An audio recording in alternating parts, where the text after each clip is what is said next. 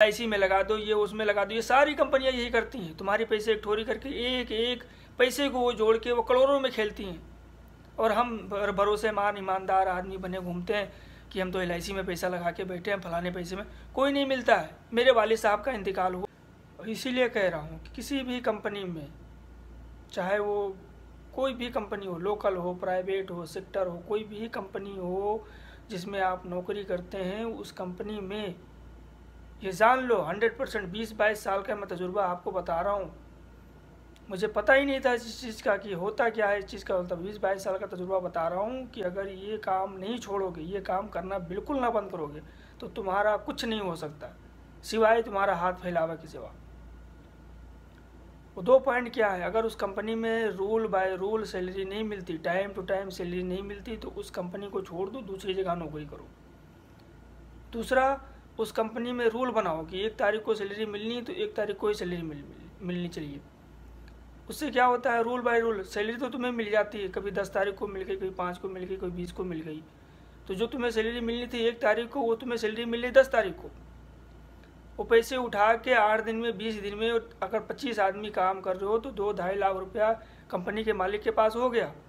Company का मालिक 2-2.5 लाख रुपया लगा के वो अपना बिजनेस को आगे बढ़ा देगा। और जो तुम्हारा 10-15 हज़ार रुपये, जो भी तुम्हारी सैलरी हो, 20,000 25,000, वो तुम्हें 10-15 दिन के बाद मिलनी है। तो तुम्हारा फ़ायदा क्या हुआ नुकसान के सिवा? फ़ायदा तो मालिक का हो रहा है। और तीसरा सबसे बड़ा कारण क्या है, अगर तुम्हें 15 तारीख को, 20 तारीख को सैलरी मिल भी गई, जहाँ मिलना था तुम्हें 1 तारीख को, 20 तारीख को सैलरी मिल रही, तो तुमने घर पे अगर 20,000 रुपया तुम्हारा महीने की सैलरी है, तो 10,000 रुपया तुमने अपने घर पे सेविंग करके रखा था कि 10,000 रुपये में 1 महीना मेरा घर का निज़ाम चलेगा, तरीका चलेगा, खर्चा चलेगा, 10,000 मेरा घर का बचेगा। अब वो सैलरी तुम्हें 25 तारीख को मिली, तो जो घर पे तुमने 10,000 रुपया रखे थे वो भी खर्चे हो गए घर में। फिर तुम्हें 20,000 रुपये तनख्वाह मिल गई, फिर बराबर हो गया तुम्हारा हिसाब। तो ये तुम्हारा बराबर होता है। अगर तुम्हें टाइम पे 1 तारीख को सैलरी मिलती और पिछले महीने की भी 1 तारीख को मिलती, तो तुम्हारे पास 20,000 की सैलरी थी, तो तुम्हारे पास घर पे सेविंग 20,000 बचता और 20,000 फैमिली में खर्चा होता, यानी तुम बराबर में चलते। ये है तरीकाकार। ये समझो, ये जो मालिकों के तोतले हैं ना कि ये थोड़ा सा सॉरी यार, थोड़ा सा 2-4 दिन वेट कर लो, मैं सैलरी का थोड़ा सा मसला हो गया, मैं सैलरी दे दूंगा टाइम पे। नहीं, ये इनके तोतले हैं। जो पैसे 25-30 आदमी कंपनी में काम करते हैं मेरे भाई, मैं तुम्हें हकीकत बता रहा हूँ, 20-22 साल हो गए मुझे इसमें काम करते हुए। कभी बम्बई में काम किया, कभी दिल्ली में काम किया। कोई ऐसी कंट्री नहीं बची जहाँ मुझसे मुलाकात नहीं हुई। मैं हर लोगों से मुलाकात कर चुका हूँ। बस वही होता है, कभी कोई शौकिया कह देता है या कोई कभी बोल देता है कि भाई सेट बड़ा अच्छा है, मगर सैलरी 2-4 दिन आगे पीछे कर देता है, मिल जाती है, कोई मुश्किल नहीं है। मगर वही 2-4 मुश्किल की कंपनी में, एक कंपनी के अंदर अगर 25 आदमी काम कर रहे हैं, मिसाल के तौर पे एक कंपनी में 25 आदमी काम कर रहे हैं, प्राइवेट हो सकता है, सरकारी हो, कोई मुश्किल नहीं, 25 आदमी काम कर रहे हैं उसके अंदर, और सैलरी का तरीकाकार है कि 30 तारीख, 1 तारीख, 2 तारीख आखिरी डेट। अब उनको 2 महीने से या साल भर से उनको मिल रही थी, 8 महीने से मिल रही थी सैलरी, 30 तारीख को मिल रही थी। अब बीच में मालिक का तो कुछ फ़ायदा हो नहीं रहा, मालिक का 2% 4% कंपनी का फ़ायदा हो रहा। उसमें सियाणापन वाले आ गए, कुछ दिमाग बताने वाले आ गए। उन्होंने कहा कि यार इनकी सैलरी 25 आदमी है, 20,000 रुपया इनकी सैलरी है एक महीने की, तो 20-25 से 2-2.5 लाख रुपया इनका बचता है, महीने का सैलरी मिलता है। तो ऐसा कुछ करो कि इनकी सैलरी 15 दिन, हफ्ता के लिए रोक लो। वो सैलरी मालिक बोल के तुम्हारा रुकवा देता है, भाई सॉरी यार, हफ्ता खान के लिए थोड़ा सा पैसे नहीं है, पैसे आते हैं तो मैं दे देता हूँ, हफ्ता खान का मसला है।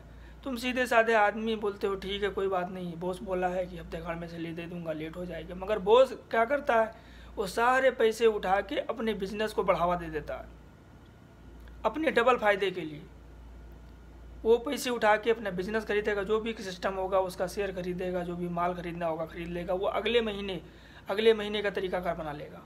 और तुम्हें सैलरी जो मिलनी थी 1 तारीख को, 20-22-25 तारीख को मिलेगी, तो तुम्हारा नुकसान के सिवा कुछ नहीं। मालिक का तो फ़ायदा हो गया, मालिक को हर साल फ़ायदा महीने में होता था 2% फ़ायदा, तुम्हारी सैलरी रोक के उसका 10% फ़ायदा हो गया। क्यों? उसने डबल मुनाफा वाला सामान खरीद लिया, वो अगले महीने की तैयारी कर लिया। फिर तीसरे महीने में फिर ऐसी ड्रामा करेगा, भाई 2-3 दिन की बात है, पैसा आया नहीं, आता है तो मैं तनख्वाह दे देता हूँ। वो पूरा पैसा उठा के माल खरीद लेगा और तुम्हें बोलेगा 2-3 दिन रुक जाओ। यकीन मानो बहुत बड़ा नुकसान है। किसी कंपनी में काम कर रहे हो, उसको बोलो कि भाई रूल बाय रूल सैलरी दे तो ठीक है, अगर नहीं देता है तो उस कंपनी को छोड़ दो, कोई दूसरी कंपनी में जाओ। ये सारे कंपनी वाले जितने हैं, ये local private, America, Germany, France, London, Saudi Arabia, India, Pakistan, Bangladesh, कोई भी कंट्री में नौकरी करने वाले आदमी जिस कंपनी में टाइम टू टाइम सैलरी मिलती, उनका घर का जो फैमिली का मेम्बर होगा वो सुकून से चलेगा, क्योंकि उसको पता है 30 तारीख को सैलरी हमें मिल जानी है। अगर उसकी 30,000 रुपया सैलरी है तो 15,000 रुपया घर में खर्चा करेगा, 15,000 रुपया सेविंग करेगा। वो किसी से उधार भी ले लेगा कि चलो ठीक है 15 तारीख को हम दे देंगे या 2 तारीख को सैलरी हमारी आएगी। जब हमें खुद का गारंटी नहीं है कि हमारी सैलरी 1 तारीख को मिलनी है, 2 तारीख को मिलनी है, 4 तारीख को मिलनी है, या 20 तारीख को मिलनी है, 15 तारीख को मिलनी है, तो दूसरे से हम क्या उधार लें? कैसे उधार लें उससे? और उसको हम क्या जवाब दें कि भाई फला तारीख को सैलरी मिल जाएगी, हमें थोड़ा सा पैसे उधार दे दो? नहीं, हमें पहली बात तो कोई देगा नहीं, और ना हम किसी से कह सकते। अगर किसी को कहेंगे भी तो हम पर हंसेंगे कि तुम नौकरी करते हो, पैसे तुम्हें तो मिलते हैं हर जगह से। और जो कंपनी के मालिक होते हैं वो तुम्हारा एक मरतबा उनकी आदत लग गई तो वो बार बार ये ड्रामा करेंगे। एक सैलरी लेट करके दूसरी सैलरी में उनको तजुर्बा हो जाएगा फटाक करके कि इनकी सैलरी 1 हफ्ता, 4 दिन, 5 दिन, 6 दिन रोको सैलरी, अपना बिजनेस को बढ़ावा दो, और इनकी सैलरी 2-4 दिन दे देंगे। गरीब मोहताज कहीं जाने वाले नहीं है। यकीन मान लो हम 2-4 दिन के लिए बॉस का शक्ल देख के, मैनेजर का शक्ल देख के मान जाते हैं, आकर के अपनी हक के लिए लड़ो, रात दिन मेहनत करते हो, पसीना तुम्हारा निकलता है, मालिक बॉस का नहीं निकलता। वो तो ऑफिसों में बैठ के मज़े से चाय और घावा और कॉफ़ी पी रहे होते हैं, गप्पे मार मार के। तुम अगर गलती से तुम्हारे फैमिली से या किसी रिश्तेदार का काम के वक्त फ़ोन आ गया तो मालिक जिससे गुस्सा करने लगेगा, यार काम के टाइम पे फ़ोन नहीं बात कर सकते। तुम बातें करो साले, हम मेहनत करें, रात दिन मेहनत करें, सैलरी का टाइम आए तो हफ्ता दिन 10 दिन लेट करो।